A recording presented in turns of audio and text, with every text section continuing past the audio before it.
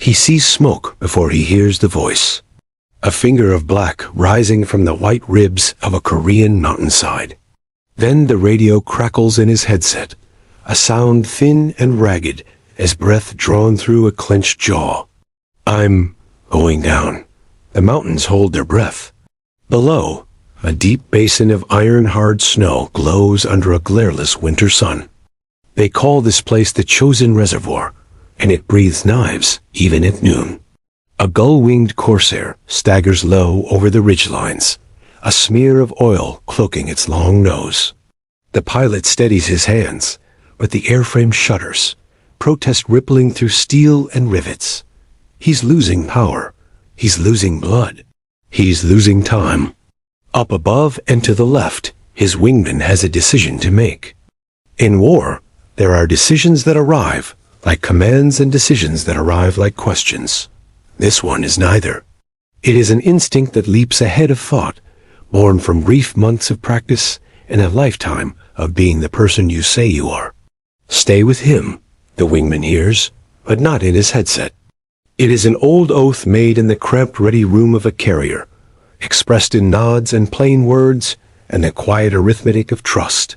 The crippled Corsair drops toward a white stripe of clearing. Trees give way to ice and scrub. The landing is a controlled fall, a drawn-out gasp that ends with metal shrieking over frozen ground. The propeller scythes itself to a stop. Smoke swells to fire, reluctant but determined. The pilot inside is pinned in a cage of twisted instruments, his leg trapped beneath the weight of his own aircraft. Above, the wingman circles. Below, the valley turns into a trap. You think you know heroism when you see it flags raised on volcanic ridges, bombers limping home with shredded wings, soldiers lifting each other through the hell of a nighttime withdrawal. And yet, sometimes courage is a simpler geometry, one life trying to reach another. A wingman looks down and reads a picture that leaves no good options. The enemy is out there in the tree line. The temperature is trying to kill you just as surely as bullets. A rescue helicopter is a hope, not a plan. The safest choice is to mark the wreck for later, to escort the others home, to forget the oath you knew you meant only in daylight. He pushes the throttle forward, then back. He trims for descent. The Corsair's long nose swallows the horizon. He's aiming not for a runway, but for an idea that has no checklist, no training film, no approved procedure. He will crash his plane to save his wingman. This is a story about what it means to be bound to someone in the air. It begins in the split second over a frozen basin in December of 1950, and it reaches back through years of training and promise. The first black naval aviator to earn his wings in a service that had barely learned to accept him, and the quiet New Englander who once thought he was meant for a different kind of navy. It unfolds in the way men learn to hear one another without words, in the way a nation learns, painfully, to accept the courage that contradicts its prejudices. The men have names, and by the end you will know them as if you stood on the deck with them and heard the gust of wind across an empty sea.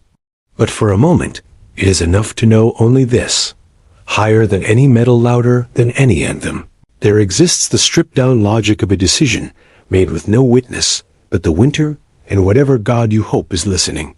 One pilot is trapped on hostile ground. The other is going down to be with him.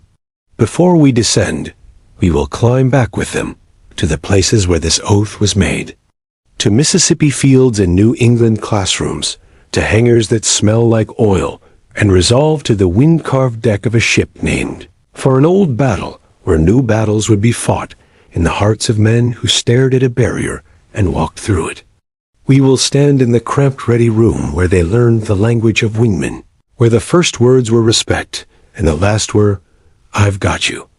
And then we will go back to the mountains, back to the smoke, the broken cockpit, the breath hanging in the air between two men, back to the time when the enemy was closing and the sun was sliding away and every second mattered.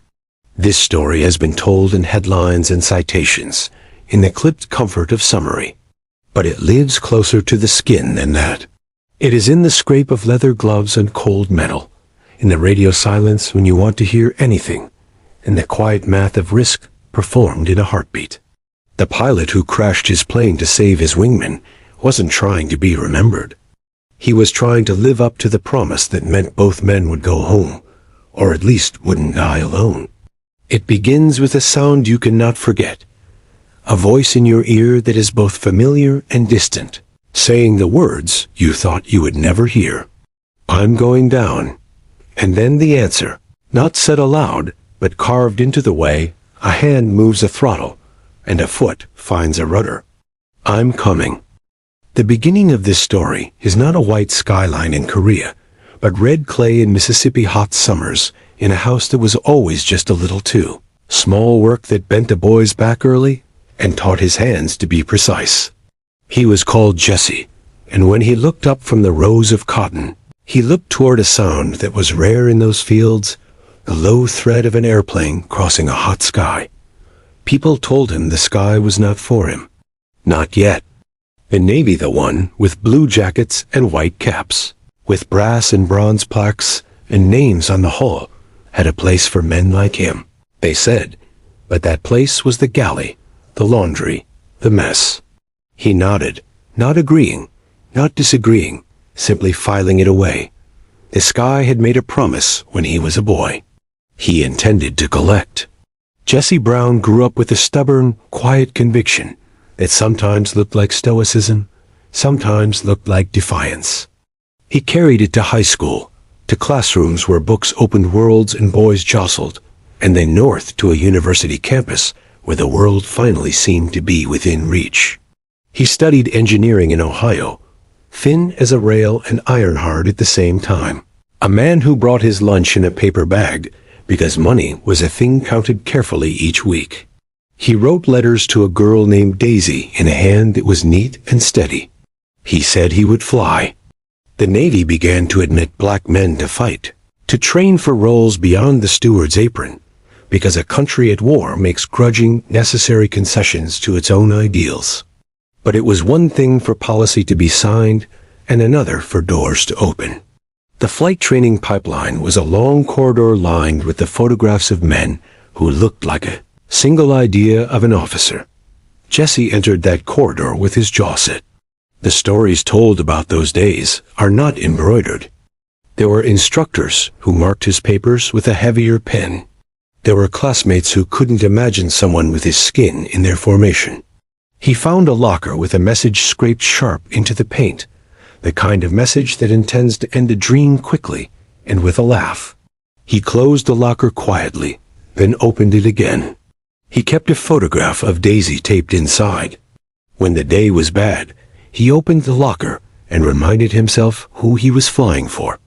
On the other side of another childhood, in a New England town with cold water and old mills, a boy named Tom learned a different set of lessons. He learned how to be the dependable friend, the one who shows up early and stays late, who doesn't confuse volume for conviction. He walked shadowed hallways where ancestors' portraits stared down with the unblinking confidence of families who had been recorded. And more than once, he wondered what kind of man he wanted to be in a century that seemed to be moving too fast. The war he had thought he would fight ended while he was still learning how to salute. He went to sea anyway, a junior officer on ships that smelled like steel and paint, and you part of something larger. He liked the precision of it, the hierarchy that made sense, the way you could measure your progress in watches, stood, and ship's bells rung. But across the water, not far from the carriers loitering beyond the horizon, planes came and went like thoughts. He watched pilots walk to briefings with the calm of men who had done a dangerous thing enough times to make it look ordinary. He wanted that calm. He wanted the responsibility that came with it. Tom Hudner applied to flight training with the same sturdy determination he applied to everything else. He was not the most gifted stick in the room. There were naturals who flew like they were born, with wings beneath their shirts.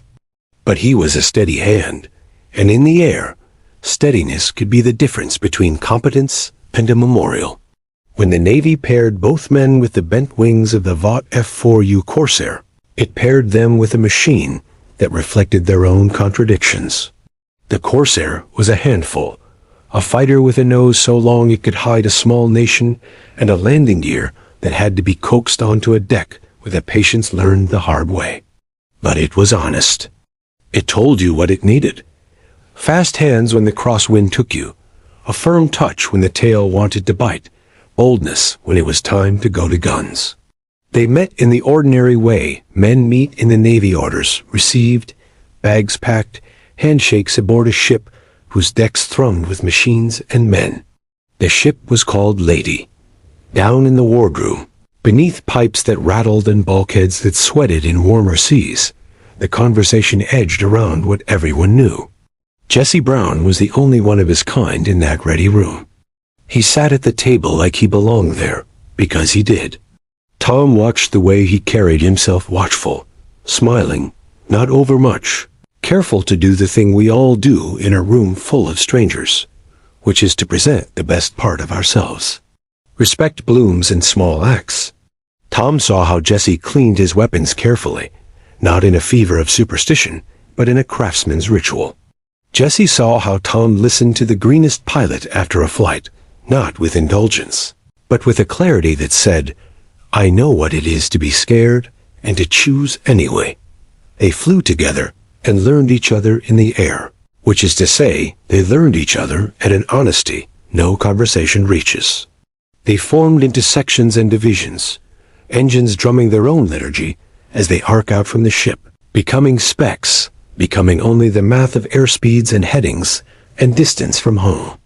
There are flight school aphorisms that sound like platitudes until the day when they are everything. Aviate, navigate, communicate. Check 6. Lead, follow, or get out of the way. And the one that mattered most between these two men, be your wingman's shadow. Do not leave him. Not to chase glory, not to avoid danger, not to satisfy your own curiosity. Tom and Jesse learned that with a gentle repetition of routine over water, the color of old bruises, under skies that could change their minds without warning. The sea turned cold. Paper maps shifted their palettes from blues and greens to whites and grays. The ship sailed west to a war that had begun without the dignity of a declaration, and that would come to be marked by names that froze on the tongue. Pusan, Incheon, Chosin. The ready room talk sharpened. Flights that had been exercises became missions, sorties, strikes. They briefed on targets, on lines of advance, on coordinates that were a geometry laid over ground. The pilots knew only from photographs and the stories of infantrymen who had slept there. Before they crossed that line, they crossed a quieter one. A day came when a line boy in a t-shirt and grease-stained cap looked at Jesse and saw not a novelty, but a pilot who needed his bird ready by 040. Another day came when a senior petty officer corrected a junior who had let a word slip, a word that stank of old ignorance, and did it in a tone that made clear that this ready room and this deck answered to a different authority. Respect isn't a speech. It's 1,000 unrecorded transactions in which a man is treated as the thing he is. There were jokes and poker games, coffee that tasted like tar, and radio checks that sounded like lullabies. There were letters to Daisy, written at a desk that wobbled when the ship turned, lines about missing a baby's first smile, or a sunset back home over a set of winter-bare trees in Massachusetts. They were ordinary men doing an extraordinary thing so often that the extraordinary became routine. Things like holiness begin in repetition. One of those repetitions was this. Tom and Jesse, two Corsairs, wings folding on the elevator, rising to the deck together. The prop arcs into life. The signalman crouches, arm raised. The tailhook is a promise. You can leave and you can return. The catapult fires. The ocean drops away. Together into a sky they come to recognize not as friendly or hostile, but simply true. Winter in Korea arrived like a verdict. The wind did not blow so much as press, a presence that insinuated itself through layers of wool and leather and courage. The mountains around the Chosin Reservoir were not the soaring, noble kind that invite contemplation. They were sawteeth, hard and close, with valleys that funneled fire and snow and anger into narrow bands. A column of Marines fought up there, moving along roads that were more like intentions carved into ice. The job of the men on the ship was simple and impossible: keep them alive. Close air support is the most intimate conversation between soldiers and airmen. It is whispered coordinates and shouted corrections, a circle of trust that begins in the ready room and ends in smoke. Tom and Jesse flew into that conversation day after day, their Corsairs stuffed with rockets and cans of gasoline and soap, and whatever else the men in the valley needed to make a little bit of hell livable. They took fire from small arms that sounded like pebbles thrown against a mailbox, from machine guns that stitched the air with hard grammar, from mortar that rose lazily and fell with sudden conviction. The briefings became lists of cold weather anomalies, instruments slow to respond, oil like molasses before sunup, fingers that refused to obey obligations learned in Florida sunshine. There were contingency plans for contingency plans. If shot down, if forced to land, if separated. The old training mantra, fly the airplane first, acquired a second clause, quiet and relentless, and bring your wingman home. On the morning that mattered most, December 4th, 1950, the ship's loudspeaker was an alarm clock. Boots hit deck. Gloves pulled tight. Coffee went down like medicine. The pilots moved in that morning's kind of hurry, fast but not frantic, each with a list of checks that had to be satisfied before he could accept the day. The Corsairs lifted into a world that was white as a secret. They rolled in on enemy positions that had learned to hide under the skin of the land. Fires bloomed, died, bloomed again, always disappearing beneath a veil of smoke that made certainty a luxury. The air bit hard. Voices on the radio were calm, in the way that only experience holds no hurried words, no theatrics, just bearings and numbers, and the unspoken reassurance that someone who knows your name is watching your back. Jesse was flying well. He had the gift of making the difficult look inevitable. He'd line up a pass, nose down, pipper steady, then send a string of ordnance walking neatly across a ridge like a sentence punctuated correctly. Then he'd climb out, a black wisp trailing from an enemy position, and rejoin his section. They did this again and again. They did this until one time the climb out was ragged. If you have ever driven a car hard and felt the engine cough, you know the feeling on a minor, manageable scale. Multiply it by 100 and add the knowledge that the ground below wants to kill you, and the air is trying to help. Jesse's engine lost power. Not all at once, not a dramatic seizure, but a sickening wavering. A gut-deep awareness that the energy that had made this morning an action movie was ebbed now to the level of a documentary about survival. Trouble, he reported, with the kind of understatement that tells you someone has a firm grip on fear. Losing power. The section leader's voice was steady. Say again? I'm going down. Every story about that day includes those words. Not because they are theatrical, but because honesty is the most dramatic thing in the world when it arrives without adornment. Tom looked down and saw his friend's plane slant toward a plateau. He saw smoke where there should be only air. He saw the mathematics of a landing that no runway would ever accept. Jesse picked a strip of clearing the way a man picks the one path through a crowd that will not look for him. He held the wings level. He kissed frozen earth and held it as long as he could. The plane decelerated, complaining like a wounded animal. It stopped. Smoke gathered itself into purpose. Tom orbited at low altitude, careful of his speed, his head swinging left against the long nose that blocked too much of the picture. He scanned the hills for the angular certainty of men with rifles. He scanned the clearing for movement. He saw the canopy heave, the shape inside thrashing with the limited motions of someone trapped. He could not make out words on the radio now, just the cadence of effort. His mind flashed through the manual, the one that keeps you alive, then through all the notes that hang unspoken in squads that have known each other long enough to skip the filler. Stay high, mark the position, call for rescue. Time is your other enemy. Helicopters on the way, someone said, or perhaps he said it to himself. In any case, a marine rotorcraft was being spooled to life on a pad many miles away, and the time between that first cough of engine and the beat of its blades over Jesse S. clearing was measured in not minutes or miles, but in the endurance of flesh and spirit and metal. Fire licked at the engine cowling, stubbornly slow in that cold, but purposeful. Tom thought of fuel lines, of the ways fire gets ideas, of how quickly it can become its own weather. He also thought of hypothermia, that thief with patient hands. The winters of his childhood were a distant, civil thing compared to this. He thought, too, of Daisy, not as a face, but as a category of obligation.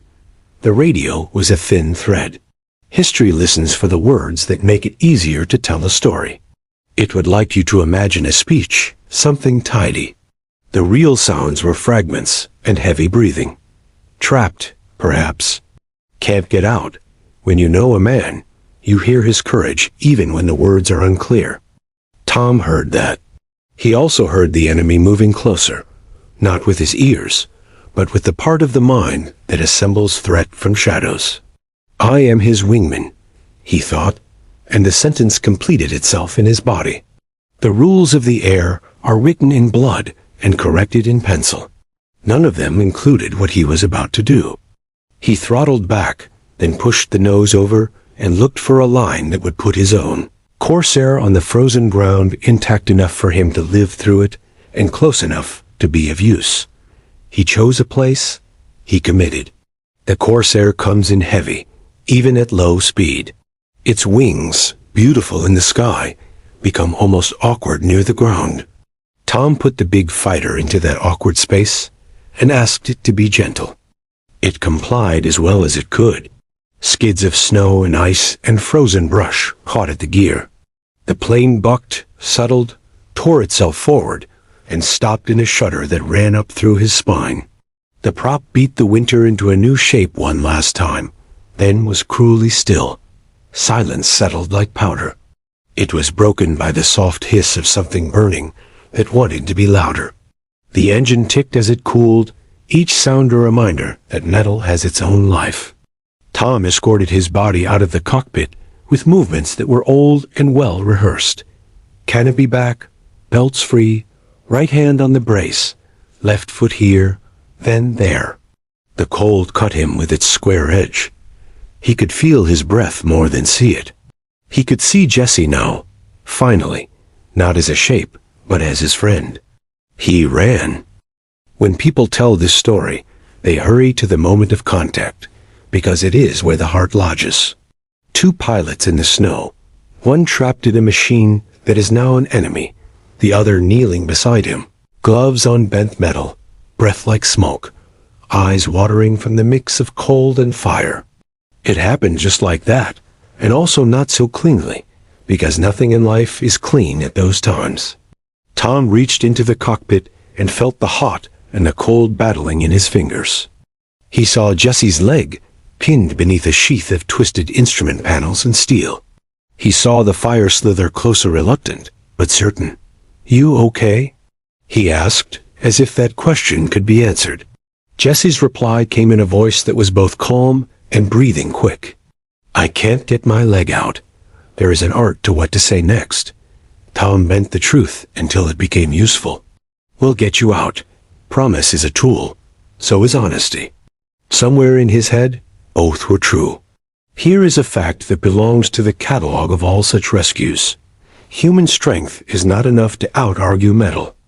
Tom pulled. He levered. He found that cursed instrument cluster that had been designed to protect a pilot in violent flight and was now busy protecting its grip on his friend. He burned his hands through leather and felt the cold slide in when he lifted his fingers off the hot metal. Heat and cold alternated like a metronome of pain. The radio kept them tethered to a wider world. He called the helicopter as if he could drag it closer by using the right words. He kept an ear out for the sound of footsteps that might be enemy, or the wind playing a trick. He could hear his own breath in the fur of his flying hood, and it was too loud. He beat at the growing fire with a glove, then with handfuls of snow. It hissed, receded, smoldered, flared, repeated. A wife's face hovered in the corner of his vision, unbidden, the kind of intruder that reminds you how much you have to lose. He turned back to the cockpit. The smell of fuel was present, but not yet the only thing in the air. He kept working. There is a way that men speak when pain is being measured in seconds. The banter falls away, and something older remains. Jesse didn't complain. He didn't offer commentary on the injustice of the physics that had placed him here. He focused on what could be done. Press here, pull there, try this angle. He told Tom, in a tone that was both reassurance and recognition, that he would be all right. "Tell Daisy I love her," is a line that history lifts like a banner, because it is perfect. If he said it that day, he said it in a tone not of theater, but of bookkeeping log this message. Make sure it arrives, because some part of me knows this ledger needs to be balanced. The beat of rotors announced itself subtly at first, and then decisively. The helicopter, an ungainly machine by the standards of later times, but a miracle in that moment, settled like a nervous, willing crane onto the frozen clearing. The pilot hopped out, a Marine with his own collection of choices etched on his face. He introduced a third pair of hands, a second voice in the cold, and with him came tools. An axe, a fire extinguisher, a different kind of determination. He took a look the way a mechanic does, quick, thorough, and made a calculation. The math was bad. He declared nothing in a way that sounded like planning. They tried to chop the metal. It yielded in grudging flakes. They tried leverage in places where leverage belongs. The cockpit answered with dull vibrations that said, "Not yet." Imagine that your friend is inside a violin, and you're trying to save him with a hammer. That is the quality of the noise in your head in that moment. The fire, insulted by their efforts, retreated and then came back, less patient each time. The extinguisher's white cloud was a short reprieve. The snow was a poor substitute for time, which they did not have enough of. Tom offered his glove to hold down hot spots and singed it to uselessness.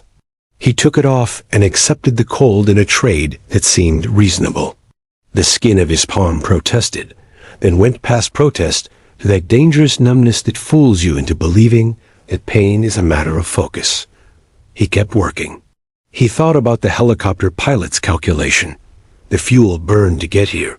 The fuel needed to get back. The safety margin that would turn this attempt into 2 funerals if not respected.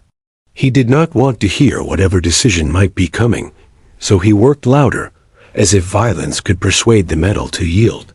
At some point, Jesse's voice grew softer, not because he was losing the fight, but because the body protects itself by retreating into a quieter room. He spoke of home, or perhaps he didn't say the words, but communicated it in a way that was clear enough. Tom told him lies that were intended to be true, if willpower counts.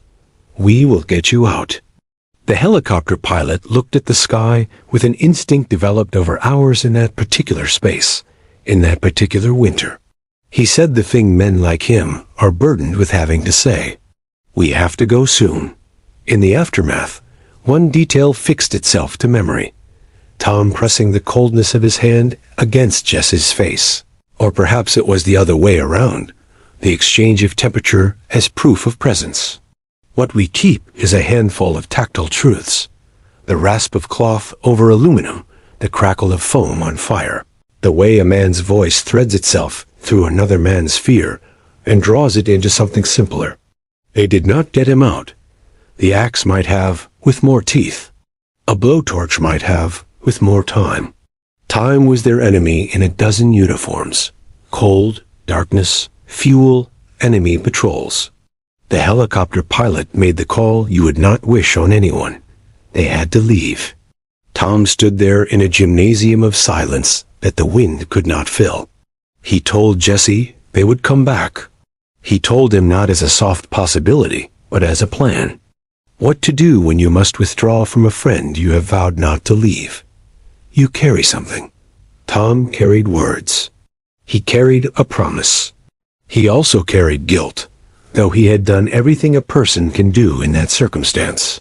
He climbed onto the helicopter and felt the new physics take over, the machine's insistent desire to leave the ground, the shifting of air that is both escape and abandonment. They lifted off and left a Corsair and a man in a clearing that suddenly looked too open, too willing to receive harm. As they rose, the pilots scanned the tree line, daring a glimpse of movement that would give them a target for anger. The wind was less kind at altitude. A sun had slid unhappily toward a ridge. They flew back toward the lines that divide us, ours and theirs, safe and unsafe, alive and gone, and the line in Tom's heart that would never quite be resealed. The next day brought a plan that had in it both a logic and a cruelty. To deny the enemy the propaganda and the intelligence of a captured pilot and plane, they would burn the wreck with napalm. It is a particular horror to consider, and yet it is part of war's calculus. Tom and others returned in the sky, found the clearing that their minds could now find even in sleep, and rolled in to deliver a clean fire that would erase evidence. They said goodbye with ordnance. They did it with the respect that insists, even in violence, on grace. They saluted in the cockpit, a gesture no one saw but them. The flames rose, ate, and withdrew. They left behind a bare, black shape against the white that winter had spread like a sheet. Back on the ship, the story began its transformation from an event into a narrative. The talk in the ready room was quieter than usual, as if volume might shatter something necessary. Men who had been in the fight checked in on the man who had gone down for his friend. They did it with the subtlety of the tribe that knows that heroism is sly and does not appreciate inspection. Tom wrote a letter he did not want to write to a woman he had never met, but felt he knew. He told Daisy the truth in the only way it can be told in such circumstances, respectfully, fully, with enough detail to honor her husband's efforts, and not so much to make grief into a spectacle. He kept the promise to carry Jesse's love home. Daisy, in a house that had been made home by a man who would now not walk into it again, learned that her husband, who had seemed to possess some magic that allowed him to reach the sky, was mortal. She learned about a white pilot from Massachusetts who had crashed, his own plane beside him, because friendship is a language that can be translated across any line. She had known that about her husband already. He made friends the way he flew, carefully, fully, without show. The squadron did not stop flying. War, indifferent to our thresholds for grief, continues. They took off at dawn the next day and the next. Men glanced at Tom and saw not the myth that would grow around him, but the man who had done the hard thing and now had to go to work again. He did. He flew. He came back. He sat in his chair in the ready room with a look that was not somber so much as present. What else can you do? When men do something unusual, the world rushes to wrap it in a story that makes itself feel better. Citations were written. The sentence for the record read like steel on paper. For conspicuous gallantry and intrepidity at the risk of his life, above and beyond the call of duty. The phrase above and beyond is both poetry and plain reporting in this instance. The president hung a medal around Tom's neck and told him something that presidents tell men in such circumstances. Words about gratitude and sacrifice, and the way the nation is made and unmade by such acts. Tom stood in a room that smelled of polished wood and wax, and felt the specific absurdity of being singled out for doing simply the thing he had promised to do one morning in a carrier's ready room. Jesse, by then, existed for the nation in a different way. Photographs in uniform, narratives of firsts, a tally of a life that had forced an institution to keep up with its own cosmic assertions about equality.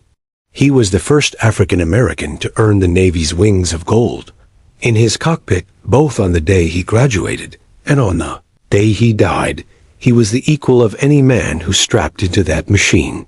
That sentence has the ring of a slogan when written. In real life, it was a weight he carried every day. The point, finally, is not that he carried it and did not complain. The point is that he flew well enough and led well enough that, slowly, other men put down the portion of that weight that was theirs. Years later, a ship was named for him, the first of its kind to carry the name of a black naval officer. That hull cut the water with a cone that said, "Remember." Crewmen boarded it and, after a while, stopped noticing the novelty of the name and began to take for granted the ship-shaped fact of his legacy. In the Navy, that is a kind of sanctification.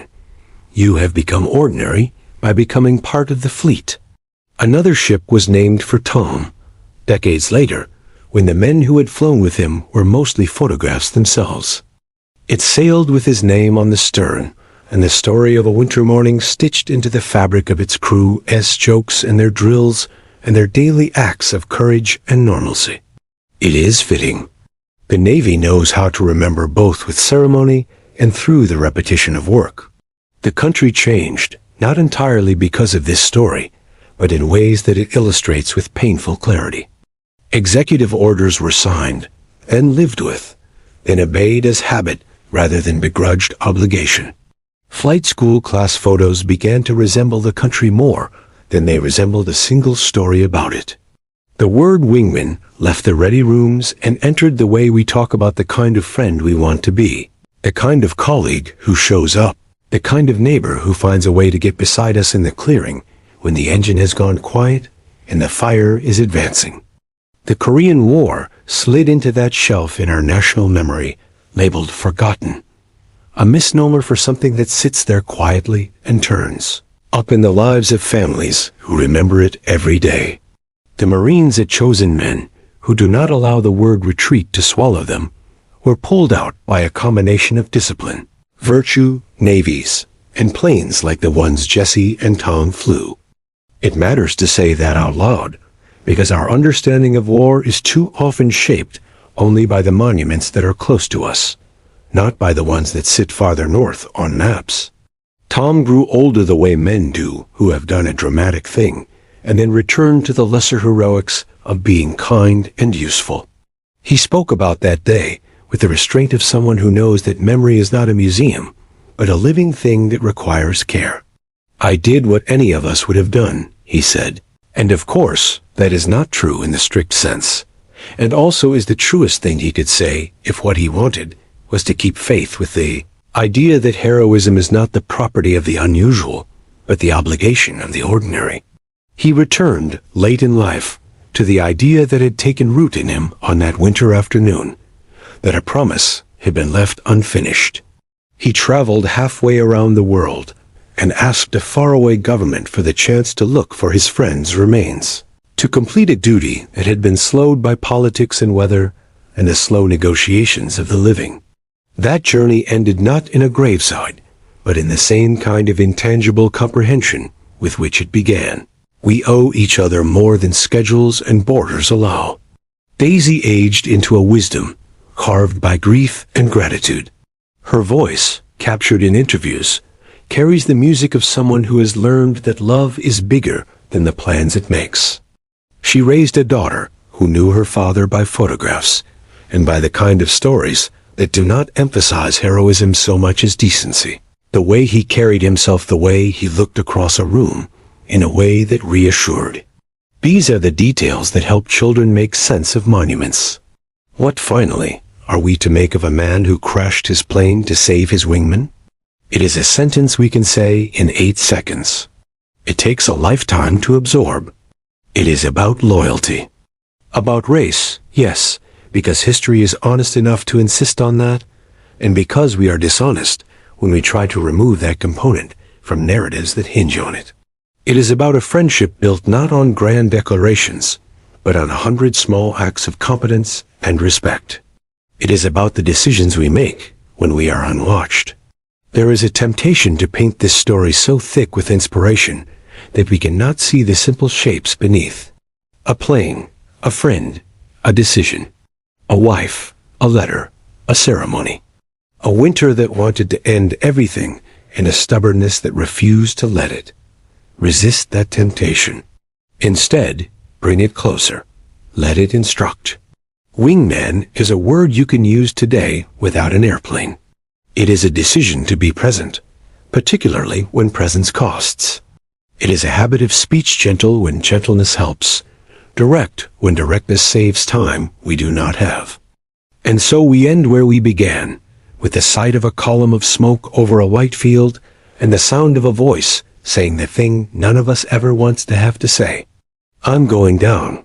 You are not alone, comes the reply, not just from one pilot in a Corsair, but from a nation when it is being its best self, from a community when it is healthy, from a family when it is doing the job all families are meant for. I am coming. It will cost me. I will come anyway. History is not a set of dates pinned to corkboard. It is the daily work of living up to the best story we can tell about ourselves. When we remember Jesse Brown, remember how far he had to travel just to sit in that cockpit and make excellence look easy. When we remember Tom Hudner, remember how hard it is to do the simple thing when it is costly. Together, they drew a clean line through a cold sky, and then for a moment ran side by side on the ground. We are the beneficiaries of that line. We are the inheritors of that oath. If you want to honor them, do not wait for a mountain and a winter and a helicopter that may or may not come. Look left and right. Take inventory of who depends on you. Be the person someone would trust to crash for them, not recklessly, not theatrically, but with the fierce, steady devotion it binds people into something that can resist the cold.